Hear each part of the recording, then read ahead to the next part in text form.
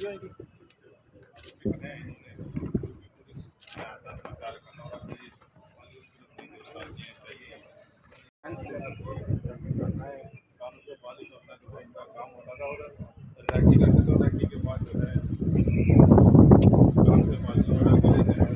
अब ये में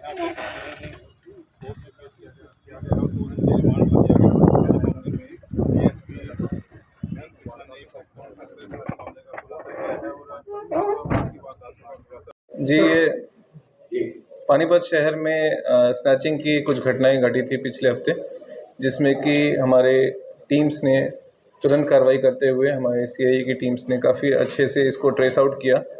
काफ़ी सारे सीसीटीवी फुटेज खंगाले गए, काफ़ी सारे लोगों से पूछताछ की गई। जो विक्टिम जिनके साथ कान की बाली वगैरह छीन ली गई थी, जिनको कुछ चोटें भी आई इस दौरान में, तो ये काफ़ी ही एक सेंसेशनल आपराधिक गतिविधि थी और इसको ट्रेस आउट करने के लिए हमारी पूरी टीम जो है वो दिन रात लगी रही और हमने 2 अक्यूज़ जो इन्वॉल्व थे, जो बाइक पे सवार थे, जो ये स्नैचिंग के इंसिडेंसेस को अंजाम दे रहे थे, उनको हमने काबू किया है। कौन-कौन है सर और कहाँ से काबू किया? बैकग्राउंड क्या रही सर? ये दोनों अक्यूज़्ड वैसे तो पेशे से मेहनत मजदूरी का काम करते हैं, पर इनमें से जो एक अक्यूज़ है उसके खिलाफ अब तक टोटल में 11 एफआईआर दर्ज हो चुकी है और ये जो है शामली रीजन में काफ़ी एक्टिव रहा है सेम तरह के क्राइम में। और जो दूसरा जो इसका साथी है वो भी इससे पहले जो है इसका क्रिमिनल बैकग्राउंड है, भले इतने इसके जितने एफआईआर नहीं दर्ज हैं इस पर, पर दोनों जो है शामली रीजन में भी काफ़ी नोटोरियस क्रिमिनल के उस पे हैं और यूपी पुलिस से भी हमारा संपर्क होता रहा है इस बारे में।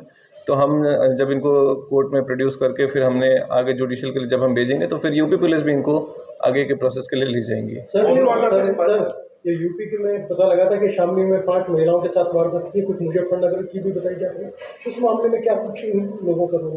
अब ये जांच तो यूपी पुलिस ही कर पाएगी कि किन किन मामलों में इनका इन्वॉल्वमेंट था, पर अब तक हमें जो खुद आरोपियों ने बताया है वो ये है कि इन्होंने पहले भी कई बार कॉलेज की लड़कियों के कान की बालियां छीनना, कॉलेज के एरिया के आसपास ये रेकी करके आइडेंटिफाई करना कि टारगेट विक्टिम कौन है और उनसे स्नैचिंग करना, ये इनका कॉमन मॉडस ऑपरेंडी रहा है। नहीं, इन्होंने तो कहा है कि कॉलेज की वारदातें यूपी में की हैं इन्होंने। हरियाणा में हमारे पानीपत जिले में 2 मुकदमे जो हैं सेम डे दर्ज हुए थे। एक मुकदमा तहसील कैंप के एरिया में हुआ था और एक मुकदमा सेक्टर 29 थाने के एरिया में हुआ था और दोनों में सेम ही व्यक्ति इन्वॉल्व थे। सीसीटीवी कैमरे में भी हमने देखा और दोनों में जो विक्टिम है अभी हम उनकी आइडेंटिफिकेशन भी करा देंगे। और क्या कुछ रिकवरी वगैरह हुई? रिकवरी वगैरह तो जो इन्होंने छीना है बालियाँ वगैरह वो रिकवरी वगैरह हुई है। ये मुलजिम के नाम बताना मैं अभी एक प्रेस कॉन्फ्रेंस में ज़रूरी नहीं समझता क्योंकि अभी ये आरोपी हैं और बट हाँ, इन पे पहले से भी एफआईआर वगैरह दर्ज है और इनका रिकवरी भी हुई है और इनको हमने प्रॉपर लीगल तरीके से अरेस्ट किया है। सर जो सैनिक कॉलोनी में बुजुर्ग के साथ कुछ चैन तोड़ने की घटना हुई थी, क्या इन लोगों का ही साथ था उसमें? सैनिक कॉलोनी में दूसरा मुकदमा है ना, वो दूसरा एफआईआर है। कितनी वारदात नहीं, पानीपत की अभी तक इन्होंने 2 वारदातें के बारे में कबूला है जो सेम डे उन्होंने कही है, जो 31 मई को दर्ज हुई थी। जिस बाइक पे थे सर, क्या वो बाइक भी नहीं होती? जी, ये बात पता आ रही है कि वो बाइक जो ये यूज़ करते थे वो बाइक खुद भी चोरी की थी, जिसके बारे में भी मुकदमा दर्ज है यूपी में।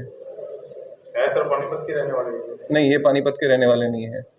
आपस में रिमांड पे ले गए इनका? जी, इनका 2 दिन का रिमांड लिया है। आपस में क्या लिंक है सर? दोस्त हैं, रिलेशन में? नहीं, ये दोनों दोस्त हैं और ये दोनों ऑलमोस्ट 23-24 साल के ही हैं, एक ही एज के हैं। तो शामली में सर एक ही दिन में जो 5 महिलाओं के साथ वारदात हुई थी, तो उनका नाम बताया जा रहा है, इसमें ये इन्वॉल्व थे? जी, ये बात है कि शामली में इन्होंने जैसा अब तक बताया है कि दिनांक 3 जून को इन्होंने विजय चौक पे और हाथीखाना गेट के पास दयानंद नगर शामली यूपी में 3 जगहों पे 3 महिलाओं के साथ सोने की बालियाँ वगैरह छीनी है। तो ये 5 है या 3 है, इसके बारे में तफ्तीश जो है रिमांड के दौरान पता चलेगी और यूपी पुलिस भी जब रिमांड पे लेगी तब पता चलेगी। पर मैं ये कहना चाहता हूँ कि ऐसे जो भी अपराधी हैं जो इस तरह की वारदात को अंजाम देते हैं, अगर वो पानीपत ज़िले में कोई भी ऐसी वारदात करते हैं तो मैं उनको ये एक स्ट्रॉन्ग मैसेज देना चाहता हूँ कि हमारी टीमें इतनी सतर्क हैं और आपको जल्द से जल्द वो आप पे एक्शन लेके आपको गिरफ्तार करके आपको सज़ा दिलाएगी। जैसे कोई और भी वारदात करने की क्या कहते हैं? देखिए, ये हैबिचुअल है इस चीज़ के, जैसा कि आपको पता है कि अगर 10-11 एफआईआर इस चीज़ पे दर्ज हो चुके हैं और क्योंकि पानीपत का यूपी के साथ बॉर्डर लगता है और क्रॉस मूवमेंट बहुत आसान है, तो इनके लिए ये सोचना था इनका कि हम यहाँ से क्राइम करके चले जाएंगे और हमें कोई पकड़ नहीं पाएगा। पर ऐसा ये वारदात करते रहते हैं और जैसा कि आपको पता है कि हमने इनको अरेस्ट किया है, तो अब हम ये इंश्योर करेंगे कि हम इनको सज़ा जो है सख्त से सख्त दिला सकें। जो गोल्ड ये छीनते थे कहीं बेचते थे उनको तो नहीं काटेंगे? जी, अभी तक तो क्योंकि ये वारदातें जो है 3-4 दिन के अंदर ही हमने वर्कआउट कर ली हैं, तो इनको बेचने का मौका नहीं मिला। पर पहले की वारदातों के साथ जो इन्होंने जो बालियाँ वगैरह छीनी है, उसका इन्होंने क्या किया है, ये चीज़ें हम इन्वेस्टिगेशन में देखेंगे। किसी मामले में जेल में भी गए हैं सर, रह गया है? जी, ये जेल में गए हैं, पहले भी जेल में गए हैं। जिले में अब 2 IPS हैं, एक आप एक एसपी साहब। जी। अब क्राइम रेट पिछले 2 महीने में आपको लगता है कुछ कम हुआ है, कंट्रोल हुआ है? देखिए, जो स्ट्रीट क्राइम है उसको कंट्रोल करने के लिए हमने जितने प्रयास कर सकते हैं हम उससे ज़्यादा प्रयास कर रहे हैं। जो भी तरह की सेफ्टी रिलेटेड इश्यूज़ हैं उस पर मैं खास करके कहना चाहूँगा कि जो हमारे अब तक के फिगर्स हैं, जो मई के एंड तक के फिगर्स हैं, तो as compare to last year, पिछले साल के कंपैरिजन में सेम 5 महीने में हमारी स्नैचिंग की इंसिडेंसेस इस साल 1/3 से कम हुई हैं। 33% की कमी हमने दर्ज की है स्नैचिंग के वारदातों में, और हम जो भी इंसिडेंट होता है उसको उसी समय दर्ज करते हैं, उस पर कार्रवाई करते हैं और मुलजिम को पकड़ के लाते हैं। सर, ये पर डे जो फैमिली से आते थे खाने में वापस करने के लिए? जी, ये सब अभी हम रिमांड के दौरान जो है उनसे पूछेंगे और उसके बारे में बताएंगे। इनके साथ कोई और भी सर लगता है सिर्फ ये 2 लोग? जी, हम कोशिश कर रहे हैं कि अगर ये किसी गैंग से जुड़े हुए हैं तो उस पूरे गैंग को बस्ट करने का। ऐसा अमूमन तौर पे देखा गया कि स्नैचिंग में जनरली बहुत बड़ा गैंग इन्वॉल्व नहीं होता है। ये एक ऐसा क्राइम है जिसमें कि लोगों को बहुत ज़्यादा टेक्निक सीखने की ज़रूरत नहीं पड़ती है और कोई न्यू कमर भी इस क्राइम में इन्वॉल्व हो सकता है।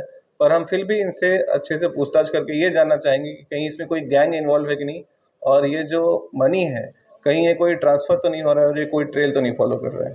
सर, इसमें इनके कितने साथी थे? कौन से लोग जो हैं इसमें शामिल हैं? जी, इस जो पानीपत ज़िले में जो 2 वारदातें हुई हैं, इसमें सिर्फ क्लियरली यही दोनों लोग आए थे फुटेज में। तो अब तक के हिसाब से हमारे पास ये 2 आरोपी हैं। हम आगे इसमें और तफ्तीश जारी है। जी,